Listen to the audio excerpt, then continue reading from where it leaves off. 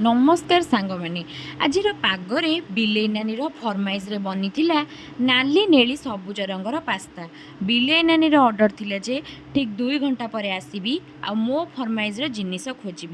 जदि न पाइबी बड़ साहेब को कही तुमको घर बाहर करदेवी कहले देखी आजिकल नाली नेली रे कौन सब जिनिस मिल पार मते तो किछि फास्ट बुझा पड़ानी किंतु ठीक सेतिकी बेले मो आखिरे पड़ीथिला जे ता पूर्व दिन बिलेई आनी पास्ता जड़ी उपरे ताकू देखी मु प्रस्तुत करी बिलेई नानी पाई टेस्टी टेस्टी पास्ता। एपटे वर्षा होउथाए किंतु सेपटे बिलेई नानी फरमाइश तो रखा पड़ो ना जदि न रखिपारि तेबे से तो मते आउ घरे रखिबनी तेबे शीघ्र शीघ्र जाई